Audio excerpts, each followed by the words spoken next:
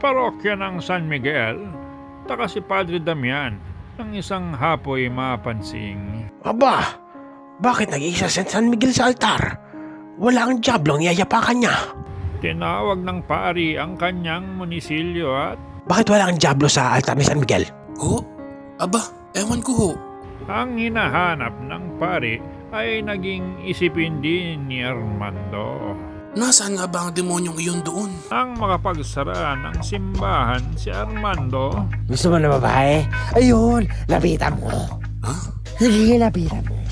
Yakapin mo. Hindi sisigaw yun. Ayoko.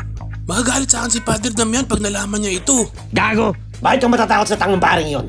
Hindi ka makakatikim ng kaligayahan kapag ganyan ka. ibang lalaki ang natukso sa babaeng itinuturo at Mahalay.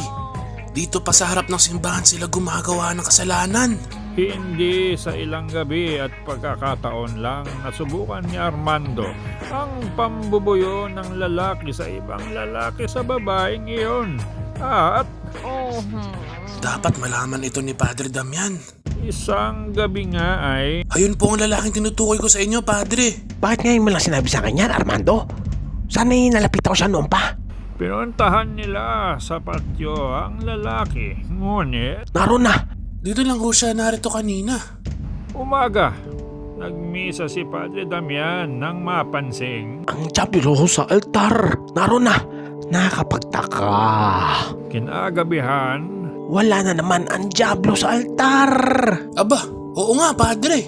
Saan napunta? Nagkahinala na si Padre Damian kaya Tingnan natin yung lalaking sinasabi mo na sa patio, Armando. Bakit po, Padre? nakita nila ang lalaki. Ayun po, Padre. Naglalapit na naman ang lalaki sa babae sa dilim. Alam mo, gusto mo na pekpek.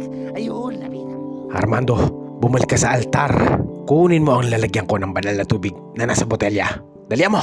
Opo. Nang mahawakan ang pang-bendisyon at ang kanyang malaking rosaryo, hinarap nila ang lalaki at Bakit ka nagulat? Hindi ko alam.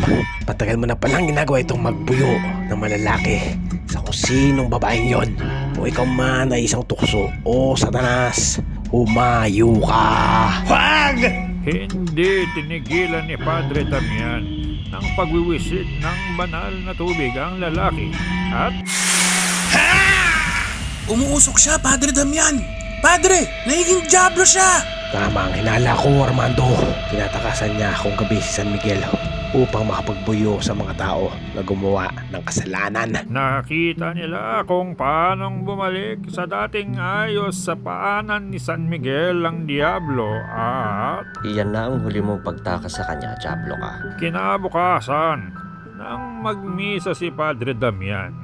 Sinabi niya sa mga tao ang kababalaghang ginawa ni Satanas sa altar. Pagkatapos, At upang wag nang maulit ang pagtakas niya dito sa ating altar, bibindisyonan ko sila ng banal na tubig na ito sa ngalan ng Diyos Ama, ng Diyos Anak, at ng Diyos Espiritu Santo. mula nga noon, nakita ni Padre Damian, hindi nawawala ang Diablo sa altar sa paanan ni San Miguel.